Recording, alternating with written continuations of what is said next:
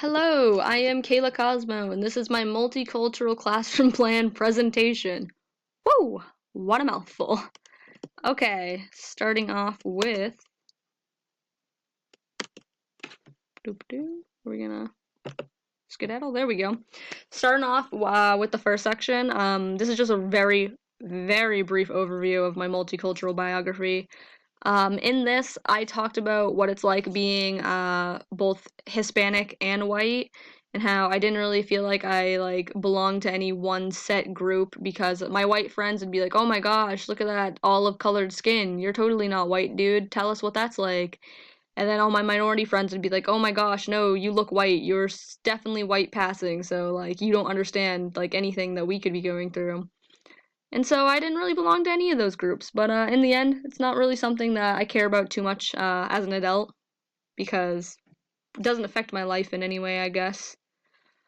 I also talked about being a low-income person, and so I grew up as a poor kid, and I lived in a trailer, but I just want to point out that I thought it was a cool trailer. Our house was always clean. And we always had food on the table and like a roof over our heads, so we weren't like we were making ends meet, but not enough where we had extra luxury. So I couldn't really afford to go on field trips or anything like that as a kid, and I got free school lunch. And so that's how I kind of started to notice that my family had less money than others was when I went to school, and I realized that I got free lunches and other kids didn't. But this shaped me into the person that I am today because it's made me develop a work ethic so I can achieve what I want to. I am a first generation college student, so I am the first person in my family to ever go to college. And I'm also low income, and so I'm here based solely off of government funds and scholarships and the like. And so I try to make sure I work really hard in school so I can keep my scholarships and the money that FAFSA gives me and all of that stuff. And I think it's made me into a pretty successful person overall because what success means to me is working hard for what you want so you can be able to achieve it. And so I've always wanted to go to college my whole life. I worked hard so I could get accepted into a college and to get enough help um, money wise where I could remain in college and graduate. And that's what I'm going to be doing next semester. And so, despite not having a family that could provide money for me to continue my education, I was still able to do that by working harder. Moving on, I had my multicultural education philosophy next. And so, my main goal for my multicultural classroom, or I guess my thesis of this section, is that I would like to establish a safe classroom setting by creating a community within the classroom that sees differences as strengths and not disadvantages or something that divides us. And I mean this in every sense, so I don't mean it just as far as ethnicities and race and those sorts of parts of culture go. I mean it with different family backgrounds, different socioeconomic statuses, uh, different disabilities that people may have, etc. So anything that makes us unique, I want that to be embraced. And the way that I get to do that is since I'm elementary education, I get to work with kids early on in their lives. And so I get to grab them early and teach them to build a positive self-image of themselves and of others. And so they can build a positive self-image of themselves by realizing that it's okay to be different, just no matter what their differences may be, because everybody is. And that concept of everybody's different also applies to the positive images that they have of each other.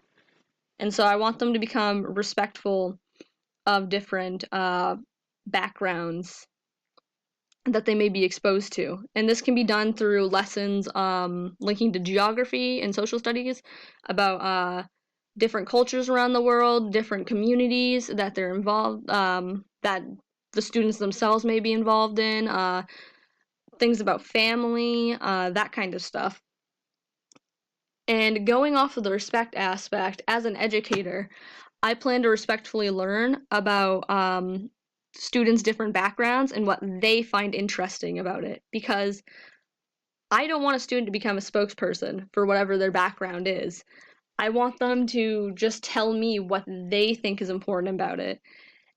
And this also ties into talking to their parents or their guardians. If I can learn things that link to the student's home life and their education, then that's great, but I don't want to know. I don't expect students and their parents to tell me every aspect of their background, because they might not even participate in every aspect of whatever their background is.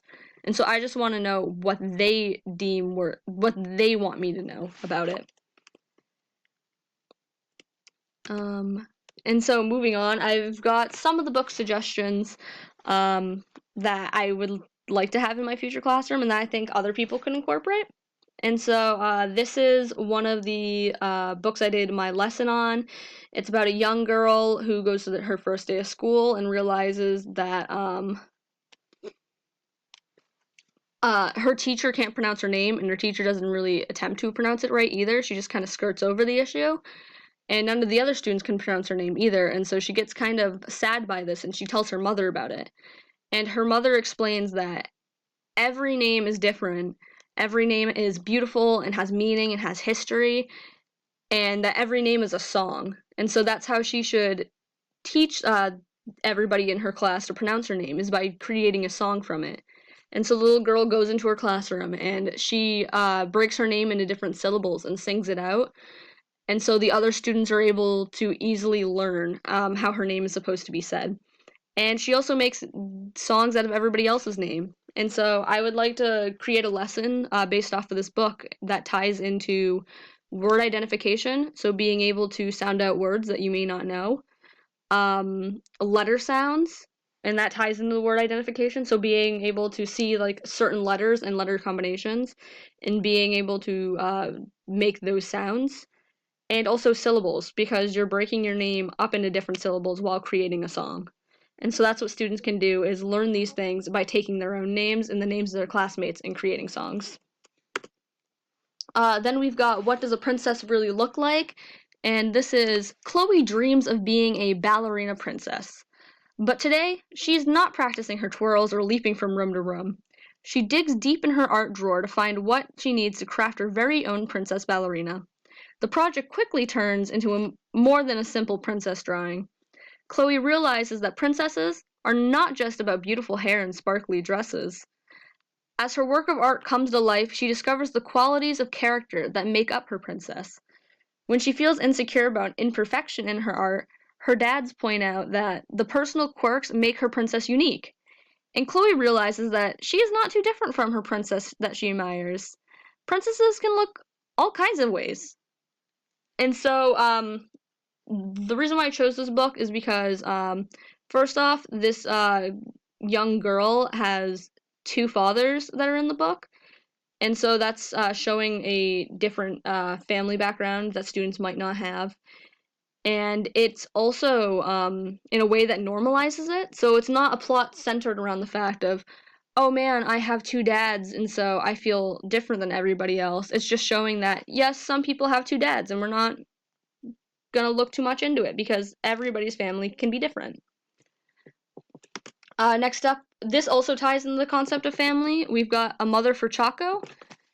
So Chaco wishes he had a mother, but who could she be? He sets off to find her, asking all kinds of animals, but he doesn't meet anyone who looks just like him. He doesn't even think of asking Miss Bear if she's his mother. But then she starts to do things that a mommy might do. And when she brings him home, he meets her other children, a piglet, a hippo, and an alligator, and learns that families can come in all shapes and sizes and still fit together. And so this is a book about adoption, but it uses animals, which will help keep students engaged more.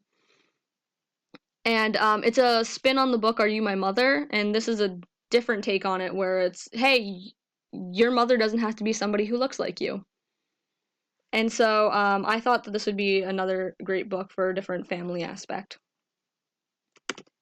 Ada Twist the Scientist. This is a book about a young girl, and she's a woman of color. And I thought that this book would be great because not only does it depict a character of color, but it also shows a woman who's involved in STEM. So it shows a woman scientist, and it talks about real life women scientists. And so I thought that would be good for students to see. So the description is, like her classmates, builder Iggy and inventor Rosie, scientist Ada, a character of color, has a boundless imagination and has always been hopelessly curious. Why are there pointy things stuck to a rose? Why are there hairs growing inside of your nose? When her house fills with a horrific toe-curling smell, Ada knows it's up to her to find the source. What would you do with a problem like this? Not afraid of failure, Ada embarks on a fact-finding mission and conducts scientific experiments, all in the name of discovery. But this time, her experiments lead to even more stink and get her into trouble. So this book promotes inquiry-based learning, and so I would like to tie into a lesson based around developing hypothesis. And this book shows Ada and all of her original hypotheses, they fail. And she doesn't actually end up finding where the stink's coming from. And so I think that would be a good example for students, is to see that, yes, your first hypothesis may be wrong, but all you have to do is just develop a new one based off of the facts you learned and continue. And sometimes you can't find the answer, and that's okay. We've got Suki's Kimono. And this is on her first day of first grade. Despite the objections of her older sisters, Suki chooses to wear her beloved Japanese kimono to school because it holds special memories of her grandmother's visit last summer. And Suki ends up making a friend who doesn't care that her clothes are different. And I thought that this would be another great aspect for a multicultural classroom because it shows that, first off, some people's clothes have meaning and links to their culture, and some people's clothes don't. And no matter what your clothes are, it's okay that you're wearing them, because just like us as human beings, our clothes are different too. And so this could link into a conversation about clothing around the world and different meanings and that sort of thing. And I'd also like to emphasize that just because you come from a certain background, it doesn't mean that you wear the clothing that might be linked to it, because everybody's different. Henry's Freedom Box. This is a story, it's based on a true story about Henry Brown, and he grew up as a slave, not knowing how old he was, and he grew up, he got married, and his family got taken away from him and sold to a slave market. And one day, Henry decides that he wants freedom, and so while he's working in a warehouse, he puts himself into a crate and mails himself out, and that's how he gets his freedom. And so this book could lead to conversation about the social injustices that happened in the past and the social injustices that are still happening in the present. And this book could lead to a conversation that is a little controversial because some parents might find a conversation about racism that's linked to modern times. They might not enjoy that, depending on their political views. And so, yeah, I've also got Those Shoes, which is about a low-income kid who he wants shoes like everybody else, but he can't afford them. He lives with his grandma, which is another different background that is shown. And so he ends up buying a pair from a thrift store that's too small for him, and he ends up hurting his feet. And so he learns that it's okay that everybody has different stuff, and sometimes material objects don't matter, because he has a loving grandma and warm boots that still work. And so I thought this was important because it showed a low-income kid. We've also got I Am Jazz, the story of a trans woman, and it's based on a true story. And so this is a thing that can lead to a conversation about gender identity. Marisol McDonald, which is a story about a biracial girl. And that's it. Sorry I couldn't dive into the last two bits, but I'm running out of time and I've only had a couple seconds, so thank you.